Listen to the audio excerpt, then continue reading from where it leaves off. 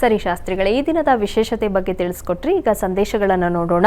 ಮೊದಲಿಗೆ ಬೆನಕ ಅವರು ಬೆಂಗಳೂರಿಂದ ಸಂದೇಶವನ್ನ ಕಳಿಸಿದ್ದಾರೆ. ಅವರ ಹುಟ್ಟಿದ ದಿನಾಂಕ 24/5/2008, ಸಮಯ 9:25 ರಾತ್ರಿ. ಅವರ ಪ್ರಶ್ನೆ ಶಿಕ್ಷಣದ ಬಗ್ಗೆ ತಿಳಿಸಿ ಅಂತ ಕೇಳಿದ್ದಾರೆ ಶಾಸ್ತ್ರಿಗಳು. ಬೆನಕ ಅವರ ಪ್ರಶ್ನೆ ಶಿಕ್ಷಣದ ಬಗ್ಗೆ ತಿಳಿಸಿ ಅಂತ ಕೇಳಿದ್ದಾರೆ. ಜಾತಕ ನೋಡೋಣ. ನೋಡಿ, ತಮ್ಮದು ಲಗ್ನದಲ್ಲಿ ಗುರುಚಂದ್ರರಿದ್ದಾರೆ, ತುಂಬ ಒಳ್ಳೆಯದು. ಗಜಕೇಸರಿ ಯೋಗ, ಹಂಸ ಯೋಗ ತುಂಬ ಚೆನ್ನಾಗಿದೆಯಲ್ಲ. ಇನ್ನು ಶುಕ್ರ ಕೂಡ ಷಷ್ಠಾಧಿಪತಿ, ಲಾಭಾಧಿಪತಿ, ಕರ್ಮಾಧಿಪತಿ ಬುಧ ಎಲ್ಲರೂ ಒಟ್ಟಾಗಿಬಿಟ್ಟಿದ್ದಾರೆ. ಭಾಗ್ಯಾಧಿಪತಿ, ಲಾಭಾಧಿಪತಿ, ಕರ್ಮಾಧಿಪತಿ 3 ಜನ 6ನೇ ಮನೆಯಲ್ಲಿ ಒಟ್ಟಾಗಿದ್ದಾರೆ ಅವರು. ಈಗ ಕುಜನ ದಶೆಯಲ್ಲಿ ತಮಗೆ ನಡೀತಾ ಇರತಕ್ಕಂಥದ್ದು ಗುರುವಿನ ಕಾಲ. ನೋಡಿ, ಕಾಲ ಚೆನ್ನಾಗಿದೆ, ಕಾಲ ವಶದಲ್ಲಿದ್ದೀವಿ ನಾವು. ಹೀಗಾಗಿ ಯಾವ್ಯಾವ ಗ್ರಹಗಳು ಯಾವ್ಯಾವ ಕಾಲವನ್ನು, ಯಾವ್ಯಾವ ಗ್ರಹ ನಮಗೆ ಭುಕ್ತಿ ಅಂತಂದ್ರೇನು, ಸೇವಿಸೋದು, ಆ ಗ್ರಹ ಯಾವುದು ಅಂದರೆ ಗುರು. ಹೀಗಾಗಿ ಗುರು ನಿಮ್ಮ ಜಾತಕದಲ್ಲಿ ತುಂಬ ಚೆನ್ನಾಗಿರೋದ್ರಿಂದ ಒಳ್ಳೆಯ ಕಾಲ ಇದು, ಉತ್ತಮವಾದ ಕಾಲ. ಚೆನ್ನಾಗಿ ಓದಲಿಕ್ಕೆ ಏನು ಪ್ರೇರಣೆ ಬೇಕು, ಏನು ಅನುಕೂಲ ಬೇಕೋ ಅದನ್ನು ಖಂಡಿತ ಏರ್ಪಾಡು ಮಾಡಿಕೊಡ್ತಾನೆ. ಆದರೆ ನೀವು ತಪ್ಪದೇ ಆಂಜನೇಯನ ಪ್ರಾರ್ಥನೆ ಮಾಡಬೇಕು. ಪ್ರತಿ ಶನಿವಾರ ಆಂಜನೇಯ ಸ್ವಾಮಿ ಸನ್ನಿಧಾನಕ್ಕೆ ಹೋಗಿ ಒಂದು ಉದ್ದಂಡ ನಮಸ್ಕಾರ ಹಾಕಿ ಬನ್ನಿ. ಆಂಜನೇಯನ ಅನುಗ್ರಹ ಉಂಟಾಗುತ್ತೆ, ಓದಿಗೆ ಸಹಕಾರವಾಗುತ್ತೆ. ತಪ್ಪಿಸಬೇಡಿ. ನೀವು ವಿದ್ಯಾಭ್ಯಾಸ ಮುಗಿಯುವವರೆಗೆ ಶ್ರದ್ಧೆಯಿಂದ ಆಂಜನೇಯನ ಪ್ರಾರ್ಥನೆ ಮಾಡಿದ್ರೆ ತುಂಬ ಚೆನ್ನಾಗಿ ಬೆಳಗ್ತೀರ. ಒಳ್ಳೆಯದಾಗಲಿ.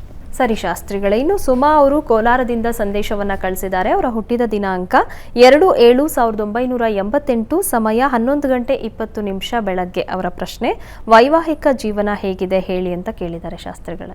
ಸುಮಾ ಅವರ ಪ್ರಶ್ನೆ ವೈವಾಹಿಕ ಜೀವನ ಹೇಗಿರ್ತದೆ ಅಂತ. ಅವರು ಒಂದೇ ಜಾತಕ ಕಳಿಸಿದ್ದಾರೆ, ಅಂದರೆ ಒಂದೇ ಡೀಟೇಲ್ಸ್ ಕಳಿಸಿದ್ದಾರೆ. ಅವ್ರ ಯಜಮಾನರದ್ದು ಕಳಿಸಿಲ್ಲ. ಜಾತಕವನ್ನು ನೋಡಿದ್ರೆ ನೋಡಿ, ಅವರದ್ದು ನಿಮ್ಮ ವೈವಾಹಿಕ ಜೀವನ ಹೇಗಿರ್ತದೆ ಅಂತಂದರೆ ಕುಜ ಸಪ್ತಮ. ನಿಮ್ಮ ಜಾತಕ ಪರಿಶೀಲಿಸೋಣ ಮೊದಲಿಗೆ. ನೋಡಿ, ಇದು ಕನ್ಯಾ ಲಗ್ನವಾಗಿದೆ. ಲಗ್ನದಿಂದ ಈ ಸಪ್ತಮ ಸ್ಥಾನ, ವಿವಾಹ ಸ್ಥಾನ, ಅದು ನಿಮಗೆ ಸ್ವಲ್ಪ ದುರ್ಬಲವಾಗಿದೆ. ಕಾರಣ ಅಷ್ಟಮಾಧಿಪತಿ, ಈ ಲಗ್ನಕ್ಕೆ ಅಷ್ಟಮಾಧಿಪತಿ ಕುಜ ಅವನು ಸಪ್ತಮದಲ್ಲಿದ್ದಾನೆ. ದುಸ್ಥಾನಪೋ ಯದ್ ಭವನ ಸ್ಥಿತೋವ, ಅದು ಭಾವನಾಶವನ್ನು ಮಾಡುತ್ತೆ. ದುಸ್ಥಾನ ಅಧಿಪತಿಗಳು ಯಾವುದನ್ನು ನಿರೀಕ್ಷೆ ಮಾಡ್ತೀವೋ ಆ ಭಾವದಲ್ಲಿದ್ದರೆ ಅದು ಕಷ್ಟ, ತೊಡಕು, ಹಿಂಸೆ, ನೋವು ಮಾಡುತ್ತೆ ಅಂತ. ಹೀಗಾಗಿ ಒಂದು ಕುಜ ಗ್ರಹ ಶಾಂತಿ ಬೇಕು. ಅದರಿಂದ ಆ ಅಧಿಪತಿ ಎಲ್ಲಪ್ಪ ಇದ್ದಾನೆ, ಸಪ್ತಮಾಧಿಪತಿ ಬೇರೆ ಎಲ್ಲಿದೆ ಅಂದರೆ ಅದು ಶತ್ರು ಕ್ಷೇತ್ರದ ಹೊಸರು ಕಾಣಿದೆ, ಅದು ಕೂಡ ತೊಡಕೆ. ಹೀಗಾಗಿ ಜಾತಕದಲ್ಲಿ ಸ್ವಲ್ಪ ತೊಡಕಿದೆ. ಈಗ ಪ್ರಸ್ತುತ ಗುರುದಶೆಯಲ್ಲಿ ನಿಮಗೆ ಶುಕ್ರನ ಕಾಲ ನಡೀತಾ ಇದೆ. ಅದೃಷ್ಟವಶಾತ್ ಶುಕ್ರ ಚೆನ್ನಾಗಿದ್ದಾನೆ.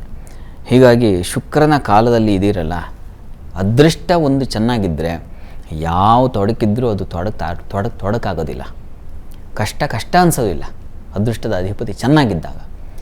ಹೀಗಾಗಿ ನೀವು ಸುಬ್ರಹ್ಮಣ್ಯನ ಪ್ರಾರ್ಥನೆ ಮಾಡಿಕೊಳ್ಳಿ, ಹೆಚ್ಚಿನ ಅನುಕೂಲ ಉಂಟಾಗುತ್ತೆ. ಇವತ್ತು ಷಷ್ಠಿ, ನಿಮಗೆ ಈ ದಿವಸವೇ ಬಂದಿದೆ ಪ್ರಶ್ನೆ.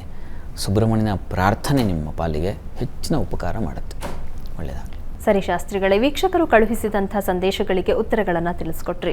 ಇನ್ನು ವೀಕ್ಷಕರೇ, ನೀವು ಸಹ ಕಾರ್ಯಕ್ರಮಕ್ಕೆ ಸಂದೇಶವನ್ನು ಕಳುಹಿಸಬೇಕು ಅಂತ ಅಂದ್ಕೊಳ್ತಾ ಇದ್ರೆ ನಿಮ್ಮ ಟಿವಿ ಸ್ಕ್ರೀನ್ ಮೇಲೆ ಬರ್ತಾ ಇರುವಂತಹ ನಂಬರ್ಗೆ ಯಾರ ಬಗ್ಗೆ ಕೇಳಬೇಕು ಅಂತ ಇದ್ದೀರಾ ಅವರ ಹುಟ್ಟಿದ ದಿನಾಂಕ, ಸಮಯ ಮತ್ತು ಪ್ರಶ್ನೆಯನ್ನ ಸ್ಪಷ್ಟವಾಗಿ ವಾಟ್ಸಪ್ ಮೂಲಕ ಕಳುಹಿಸಿ ಕೊಡಬೇಕಾಗತ್ತೆ. ಮುಂದಿನ ಹಂತದಲ್ಲಿ 12 ರಾಶಿಗಳ ಫಲಾಫಲ ಇವತ್ತು ಯಾವ ರೀತಿಯಾಗಿದೆ ಅಂತ ನೋಡೋಣ. ಈಗ ಕಾರ್ಯಕ್ರಮದಲ್ಲಿ ಪುಟ್ಟದೊಂದು ವಿರಾಮ.